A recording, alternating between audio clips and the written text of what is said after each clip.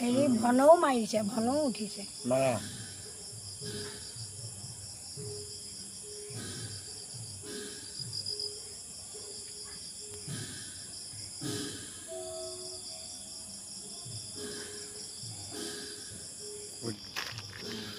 এতিয়া আপোনালোকৰ সকলোকে নমস্কাৰ জনাইছোঁ।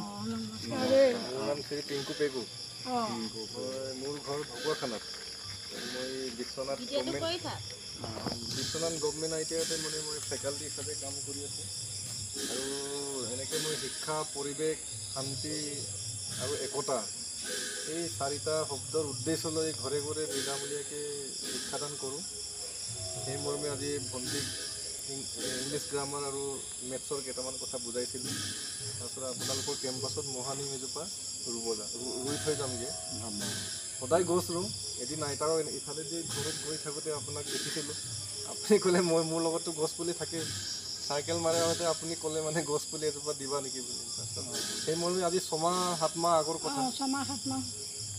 এতিয়া আজি গৈ মেলি মোৰ ইয়াত আহিলে মই ভাবিয়ে থাকোঁ, ইছ ৰাম আজি নানিলোঁ, কালি নানিলোঁ। সেইমতে আজি আমি বৰ ভাল পাইছোঁ, সুখী পাইছোঁ। হ'ব দিয়া। এতিয়া তুমি যে সমাজৰ কামৰ কাৰণে এনেকৈ আগবাঢ়ি আহিছা, আকৌ তুমি মোক কথাও নেপেলাবা। নাই এতিয়া আপোনালোকৰ তাত আকৌ যাম আৰু খালি গেৰুৱা বাৰী নহয় মই কোৱা নাই, ছোৱালী চব বিয়া দিলোঁ পঢ়াবলৈ। এতিয়া মই আপোনাৰ ছোৱালীক যিকোনো প্ৰকাৰে মানে মই ধৰক পঢ়াব চেষ্টা কৰিম। মোৰ ফালৰ পৰা যিখিনি সময় মিলে সময় উলিয়াই মেলি সদায় নোৱাৰিবা। মই একচুৱেলি টিউশ্যন নকৰোঁ, বিনামূলীয়াকৈ শিক্ষাদান কৰাৰ সজাগতাহে দি আছোঁ। এতিয়া কথা হ'ল আমি অকল পঢ়াত ভাল হ'লে ভাল এইটো নহয়। আকৌ আপোনালোকে ভাবিছে অকণমান পঢ়াত বেয়া, আমুক বেয়া, মানে পঢ়াত বেয়া মানে বেয়া নহয়, মানুহটো ভাল হ'ব লাগিব।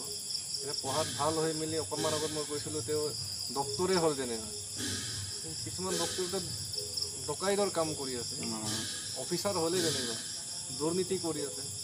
তেনেকৈতো শিক্ষাটো দিলে নহ'ব ন। শিক্ষাটো এনেকুৱাকৈ দিব লাগিব যাতে ভাল মানুহ। আৰু পৰিৱেশৰ বিষয়ে আপোনালোকে জানে এতিয়া যিটো গৰম পৰিছে, স্কুল কলেজ ছুটি দিবলগীয়া হৈছে, মানে টাইম টেবুল চেঞ্জ কৰিবলগীয়া হৈছে। আজি 10 তাৰিখলৈকেতো স্কুলে হৈ আছে। এতিয়া কথা হ'ল মানে কি আমি সেইবোৰো চাব লাগিব। আপোনালোকে টিচাৰৰ লগত এইটো যোগাযোগ কৰিব। কিন্তু এতিয়া গছৰ বিষয়ে কথা পাতোঁ। এতিয়া আজিৰ টাইমত শগুন চিলনি নাই, ডাঙৰ ডাঙৰ ওখ ওখ গছ নাই। সেইকাৰণে ভাগ্যৱান আপোনালোকে ইমান বছৰলৈ জীয়াই আছে। এতিয়া বুঢ়া বুঢ়ী পাবলৈ নাই। কথাটো ভাবিছেন নাই আপোনালোকে, অনুভৱ কৰিছেন? 74 ধেমালি, আমিতো হয়তো 50 থাকিম নে নাই গেৰাণ্টি নাই। কাৰণ কিয় আজি পৰিৱেশটো ইমানেই বেয়া হৈ গৈছে, ভাল খাদ্য নাই, ডাঙৰ গাঁৱৰ গছ নাই, খেতি পথাৰ বেয়া হৈ গ'ল, চব ৰাসায়নিক মানে পেষ্টিচাইড মাৰি মাৰি ভেজাল খাদ্য খাই খাই প্ৰকৃতিয়ে বেয়া, চব বেয়া হৈ গ'ল। কিন্তু সেইটো আমি ভাল কৰিব লাগিব।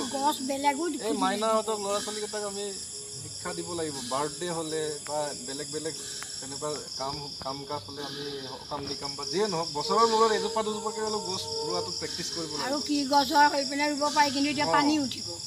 নহয় ইয়াৰ কথাই কোৱা নাই, আমি মুঠতে গছ ৰুব লাগিব য'ত গছ নাই। আৰু ডাঙৰ গছবিলাক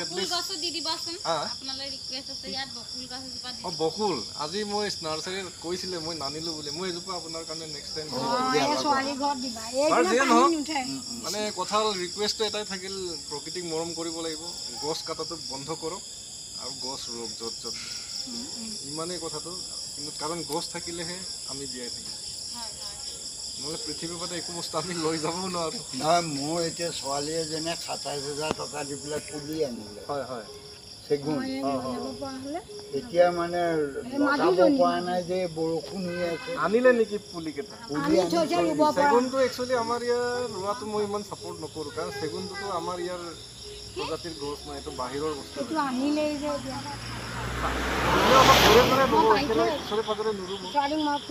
পানী থকা জেগাততো চেগুন নহয়, মৰি থাকিব। এবিঘা মাটি বেছি ঘন হ'ব নাই, বেছি ঘন হ'ব। কেনেকৈ ৰুব লাগে মই একচুৱেলি আহি পিনি দেখুৱাই দিম আপোনালোকে। নহয়, যোনে পুলি দিছে বতাহ দিছে, অফুটৰ অন্তৰে দিব লাগিব। আৰু মোক ক'বচোন বাৰু, মই চাই দিম। পুলিটো এতিয়া বৰষুণত লগাই দিলে বাচিব জানো? পানী থাকিলে নাবাচে।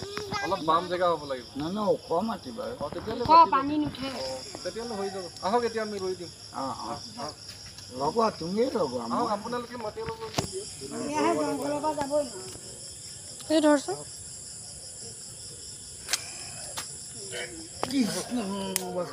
বাচিবা আৰু দেই ল'ৰাটোৱে ইমান আশা নাই কাইলৈ ঘেৰাও দি দিম মানুহ যোৱা মাটি অকণ দি দিয়া যোৱা প্ৰতিপালন কৰিলে কৰিব লাগিব তাৰমানে এইবোৰ বনৰীয়া গছ কাইলৈ কাটিব লাগিব নাই নাই গছ নাকাটিব পুলিবিলাকে একো নহয় কাইলৈ বেয়া দিব ৰ'বা এইটো মধুৰাম মাটি অলপ দি দিয়ক মানুহ যোৱা আহ যোৱা ব'লা মাটি গছ ৰুব লাগে এতিয়া বাৰ্থডে হ'লে এটলিষ্ট এজোপাকে হ'লেও কাইলৈ বেয়া দিবহি ৰ'বা এইটো মধুৰাম আহা ঠিক আছে বাৰু বহুত বহুত ধন্যবাদ সকলোকে দেই